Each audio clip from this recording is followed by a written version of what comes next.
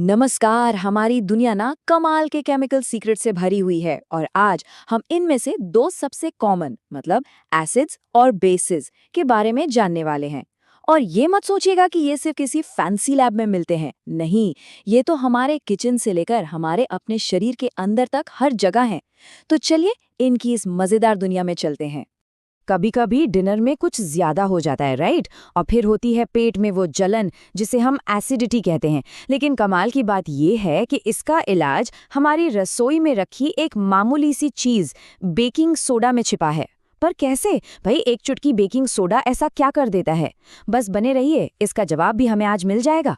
तो एसिड्स और बेसिस को समझने की शुरुआत कहाँ से करें? चलिए सबसे आसान तरीके से करते हैं, हमारे टेस्ट से। जी हाँ, कुदरत ने हमें इन्हें पहचानने के लिए एक पहला क्लू तो दिया ही है। तो ये हैं हमारे दो मेन कैरेक्टर्स, एसिड्स और बेसिस। एसिड्स, जैसा कि हम जानते हैं, स्वाद में खट्टे होते हैं। सोचिए नींबू या सिरके के बारे में। और दूसरी तरफ है बेसिस, जो स्वाद में कड़वे होते हैं, जैसे कि बेकिंग सोडा, और छूने में साबुन जैसे चिकने।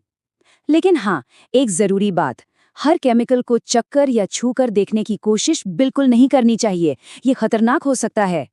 तो सवाल ये उठता है कि अगर हम इन्हें चख नहीं सकते, छू नहीं सकते, तो फिर पहचानेंगे कैसे?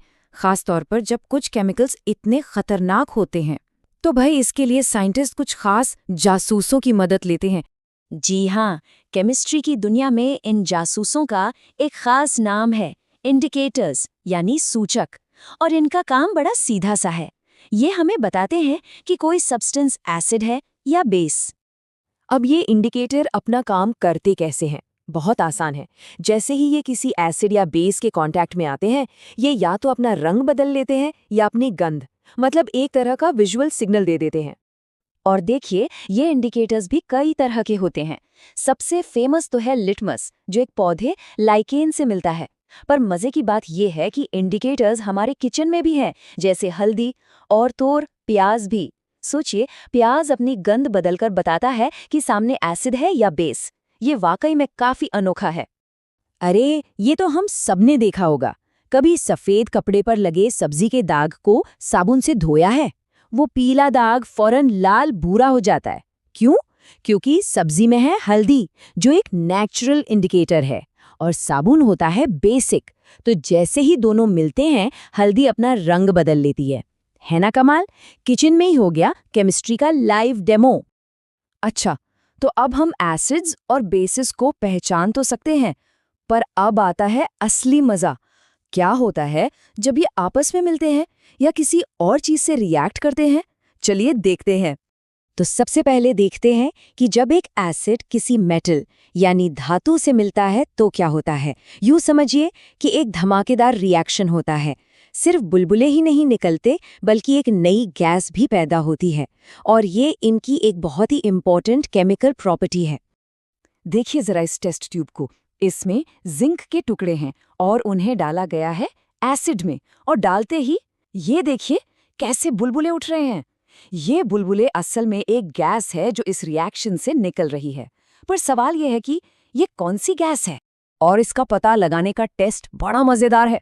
होता क्या है कि जब इस गैस के पास एक जलती हुई तीली या मोमबत्ती ले जाते हैं, तो एक पॉप की आवाज आती है, एकदम पटाखे जैसी। और ये ही पॉप साउंड इस बात का पक्का सबूत है कि ये गैस हाइड्रोजन है। अब आते हैं उस रिएक्शन पर जो एसिड बेस केमिस्ट्री का कह सकते हैं दिल है। इसे कहते हैं न्यूट्रलाइजेशन। इसमें होता क्या है कि जब एक एसिड और एक बेस मिलते हैं, तो वो एक दूसरे के असर को कैंसल आउट कर देते हैं, मतलब बेअसर कर देते हैं। और इस रिएक्शन के बाद हमें मिलता है सॉल्ट और पानी। ठीक है, तो हमें पता है कि कोई चीज़ एसिड है या बेस। पर वो कितना स्ट्रॉन्ग एसिड है या कितना वीक बेस है, मतलब उनकी स्ट्रेंथ कैसे नापें? इसके लिए हमारे पास एक बहुत पावरफुल टूल है, और ये है पीएच स्केल, एक तरह का पावर मीटर।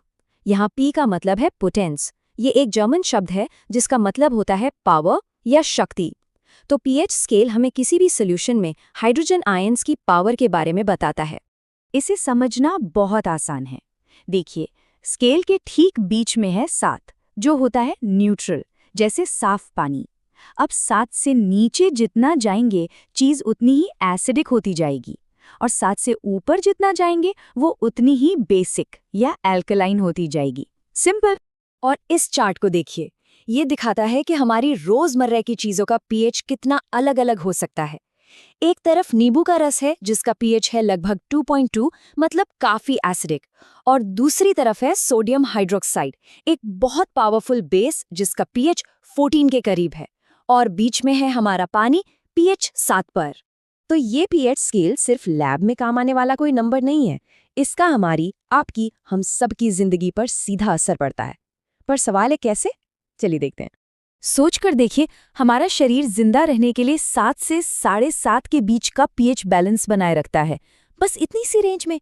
हमारे पेट में जो एसिड होता है खाना पचाने के लिए, उसका पीएच 1.2 के आसपास होता है, इतना स्ट्रॉन्ग कि वो मेटल को भी गला दे।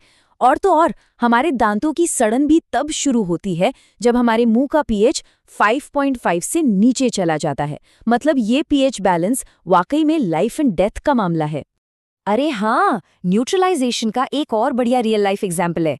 कभी मधुमक्खी ने काटा हो तो उसका डंक एसिडिक होता है, इसीलिए उस पर बेकिंग सोडा, जो कि एक हल्का बेस है, लगाने से आराम मिलता है।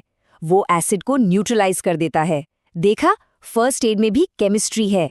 और इसी के साथ हम वापस आते हैं अपने पहले सवाल पर। वो जो अपच और पेट में जलन होती है, जिसे हम एसिडिटी कहते हैं, वो असल में पेट में ज़रूरत से ज़्यादा एसिड बन जाने की वजह से होती है। तो इसका इलाज क्या है? और यहीं काम आते हैं एंटासिड्स। एंटासिड्स कुछ और नहीं बल्कि माइल्ड बेसिस होते हैं, जैसे मैग्नीशियम हाइड्रोक्साइड या फिर हमारा बेकिंग सोडा। तो जब हम इन्हें लेते हैं, ये पेट में जाकर उस एक्स्ट्रा एसिड को न्यूट्रलाइज कर देते हैं और हमें फौरन राहत मिलती है। तो ये है बेकिंग सोडा का राज। तो देखा, एसिड्स और बेसिस की पूरी कहानी असल में बैलेंस की कहानी है। हमारे शरीर में, हमारे आसपास के माहौल में, हर जगह ये केमिकल बैलेंस ही है जो लाइफ को पॉसिबल बनाता है। अगर पीएच एक ऐसी अदृश्य शक्ति है जो हमारी दुनिया को इतना कंट्रोल करती है, तो सोचिए जरा, ऐसे और कितने केमिकल सीक्रेट्स हमारी नज़रों के ठीक सामने छिपे होंगे, बस हमारे उन्हें खोजने का इंतजार कर रहे हैं।